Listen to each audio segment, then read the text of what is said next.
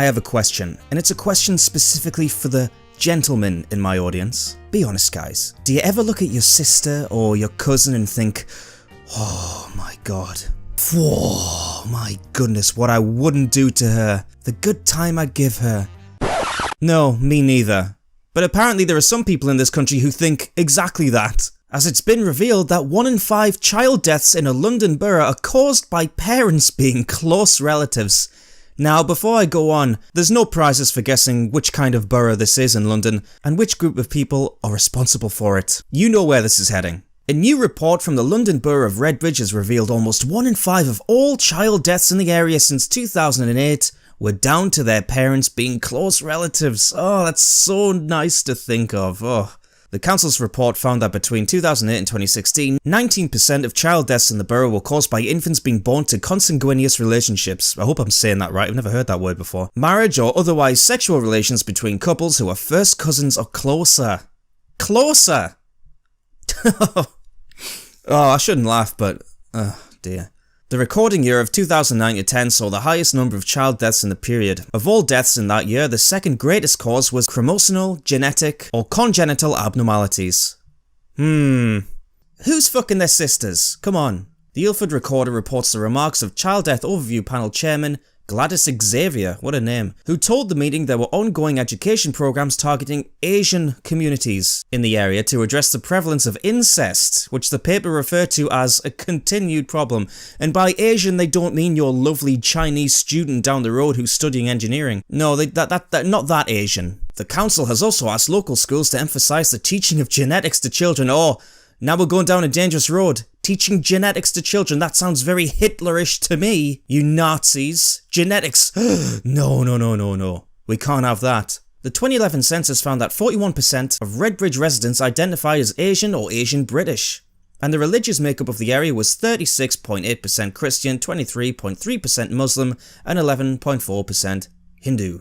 Now this article just sounds racist to me, I don't know what you think. I refuse to believe that this is possible in our multicultural utopia that we live in. Concerns over consanguineous relationships in Redbridge focus around particular communities in the borough, with the report stating that the practice is most common among Pakistani communities, and the same pattern can be observed in Redbridge.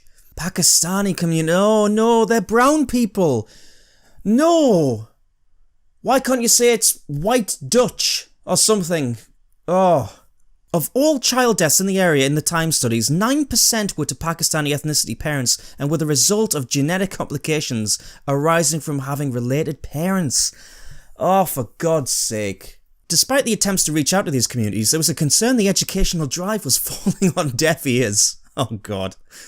Councillor Joyce Ryan told the board meeting, although everyone is battling hard at this, it is something that some communities struggle to accept and sometimes do not want to accept. That's because they enjoy shagging their cousins too much, obviously. And just so you can visualise this problem a little more, here's a graph, and I do love a good graph because it looks more professional. Here's a graph showing the cause of infant death by ethnic group in England and Wales. This is from 2005, so it's quite old, but still relevant. As you can see, congenital anomalies at the top. Pakistani communities way out in front. Way out in front. Now, in all seriousness here, I know I'm delivering this story with a sarcastic tone, and I know it's a serious issue because kids are dying here because of their parents being related. I've known about this for a while, not in as much detail. You see, I have a friend who is from Pakistan, or originally from Pakistan. Her parents are very conservative Muslims. My friend herself isn't a Muslim, she's an atheist, she doesn't believe in God, she's very Western. Although I think she still pretends that she's a Muslim to her parents because of said consequences. And I asked her straight up about this and she said, oh yeah, it's a huge problem. It's a huge, people marrying their cousins, having kids with their cousins in the Pakistani community, massive problem. Yet no one talks about it. I don't hear about this in the mainstream media, and why not? This is serious stuff. The Public Service Agreement infant mortality target has created a strong impetus for the NHS to implement strategies to reduce infant mortality, particularly in less advantaged groups of the population. These specific areas of action have been identified as potentially having the impact on reducing the infant mortality gap are as follows. Reducing conceptions in under 18s in the routine and manual, whatever the hell that is. Targeted interventions to prevent sudden unexpected death in infancy. Reducing the prevalence of obesity. Reducing overcrowding. Reducing the rate of smoking in pregnancy, increasing early booking for antenatal care, reducing child poverty. Well, that's all well and good, but I didn't see the bullet point that says you need to stop boinking your sister. You need to stop slipping your cousin the sausage, mate. That's not mentioned there. Why not? Just tap dancing around this issue. I wonder why. Scientific studies over the last 3 decades have linked first cousin unions to an increased risk of genetic disease. Yet it remains discussed only with extreme reluctance. Medical professionals fear being labelled racist, while individuals among the groups most affected are reluctant to be seen as disloyal. Yeah, you know what, your kids are dying because you're having sex with your own family members, but I can't tell you that. I can't tell you to stop doing that because I don't want to be seen as a racist. Just keep doing it. I'll just pretend it's not happening. Just keep doing it. Have more kids. Have more kids die. Oh, fucking pathetic. 2% of the population in the UK is Pakistani or British Pakistani according to the 2011 census. Just under 1 million people. Estimates suggest half of marriages are consanguineous between blood relatives, a largely cultural tradition aimed at keeping wealth and property within families. Oh, well, that's a great reason to do it. Such marriages are also common in Arab countries in North Africa. This means a disproportionate number of children from these backgrounds are stillborn, die during childhood, or live with lifelong genetic disabilities. At great cost to the UK taxpayer, I'd imagine, but we'll get to that in a minute. Hundreds of such conditions, many of them so rare that they've never been seen in Britain, are now being diagnosed at children's hospitals. Typically, the effects include neurological problems, heart or kidney failure, lung and liver failings, blindness, deafness, and learning problems. You know what? I've changed my mind. Diversity is our strength. This is cultural enrichment because we're seeing diseases that we've never seen before in Britain. These immigrant communities are really bringing us new stuff. Oh, God love 'em. Figures obtained by the Mail on Sunday under the Freedom of Information laws reveal a huge challenge, not only for such communities, but also for the health service. And it comes with vast financial implications. The figures show that up to 20% of the children treated for congenital problems in cities such as Sheffield, Glasgow and Birmingham are of Pakistani descent. 20%, a figure significantly greater than the background populations, which can be 4% or lower. Birmingham Children's Hospital alone has seen the number of Pakistani children treated for genetic disorders increase by about as much as 43% since 2011. But that is Birmingham, and anyone who's been to Birmingham knows exactly why that is. It's barely a British city anymore, you know what I'm talking about. Officials admit it is impossible to calculate the cost of treating these problems, but there is no doubting the extraordinary scale of the expense, which even in 2004 was estimated at £2 billion a year. You know what? We're coming up to an election, and every election cycle, one of the big issues, one of the top 3 issues, it's always the NHS. It doesn't matter who's in power, who's trying to get in power.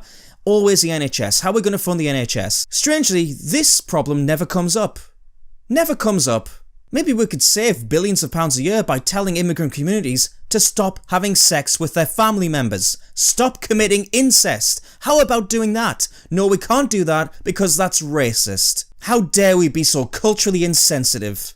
So you know what? We'll keep footing the bill to allow your kids to die from genetic disorders. How about that? That seems like a good arrangement. What kind of society are we trying to build here? Are we really going to put up with people growing up with mental, neurological, genetic disorders, disabilities, people who, because of their parents' actions, are going to be reliant on the state for the rest of their lives because they can't do anything, they can't work? The more we allow this to continue, the more we don't say anything about it, the more we create an underclass of this country who are completely reliant on financial handouts, on our welfare system. But you know, you can't say that. You can't say that in today's day and age. That's bigoted. You can't say it. First cousin marriages in Pakistani communities leading to appalling disabilities amongst children. First cousin marriages which are legal in the UK. What? Which are legal in the UK? Oh my god. Are practiced within Britain's Pakistani community as well as among some Arab and African families. Medical data previously suggested that while British Pakistanis were responsible for 3% of all births, they accounted for 30% of British children born with a genetic illness. Let me just repeat that for you. Pakistanis are responsible for 3% of all births in the country, but they account for 30% of children born with genetic illnesses. And we still can't talk about it. Nope, not a problem. Brush it under the carpet again. And the people who do try and speak about it are obviously attacked by the media. Professor risks political storm over Muslim inbreeding. Professor Steve Jones, one of Britain's most eminent scientists, has warned that the level of inbreeding among the nation's Muslims is endangering the health of future generations. And according to everything we've just read, that's correct. That's a correct statement. That's the truth. He said, "It is common in the Islamic world to marry your brother's daughter, which is actually closer than marrying your cousin. Closer, which is, fantastic. We should be concerned about that, as there can be a lot of hidden genetic damage. Children are more likely to get 2 copies of a damaged gene." Yep. He added, "Bradford is very inbred. There is a huge amount of cousins marrying each other there. Research in Bradford has found that babies born to Pakistani women are twice as likely to die in their first year as babies born to white mothers, with genetic problems linked to inbreeding identified as a significant cause. Studies have found that within the city, more than 70% of marriages are between relations, with more than half involving first cousins." 70% of all marriages are between relations. In Bradford, and once again, much like Birmingham, if you've ever been to Bradford, you wouldn't be surprised at hearing that. Mohammed Salim Khan, chief executive of the Bradford Council for Mosques, said, "It is important to discuss these issues, but I just do not know of any firm evidence backing up Professor Jones's claims. I think we need more conclusive studies so we can know for certain if there is a genuine risk. Marriages between cousins is certainly common within South Asia, but it's becoming less so in Britain and also in Bradford, really. Islam allows you to marry anyone you want, so in many ways, Islam promotes diversity." Oh, wow. Fuck me. Islam promotes diversity because it allows you to marry your family members and have kids with it. Well, I've heard it all now. I've heard it all. Who can argue with that? Thank you, Mohammed. Thank you, sir. You've really educated me. You've shown me the light. You've brought the balanced opposition view that we desperately needed on this subject. Thank you. Diversity is our strength. You're right.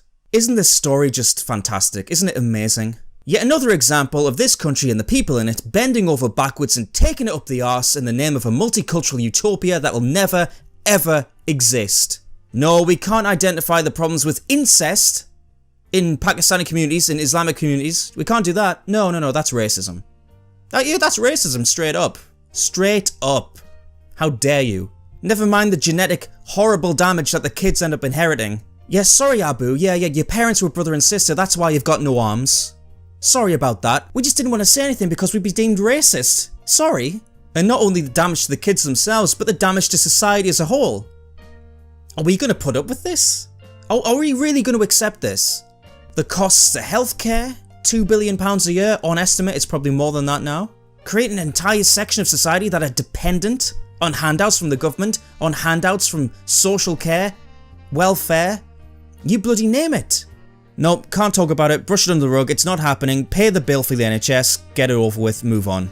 You know what? I'm gonna say something incredibly racist right now. You ready? Prepare yourselves, here we go. Incest is wrong. Incest creates problems. Incest fucks up your kids. There we go, I just had to get that out. Sorry for being incredibly racist and bigoted there. I just had to say it. Had to get it off my chest. Thank you.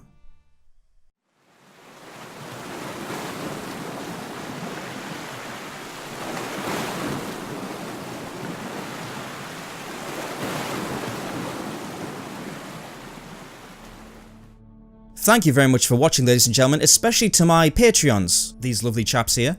I greatly appreciate the support you're giving my channel. If you'd like to support the channel too, my Patreon link is down below, as well as all my social media links. Once again, thanks a lot for watching, and I'll see you next time.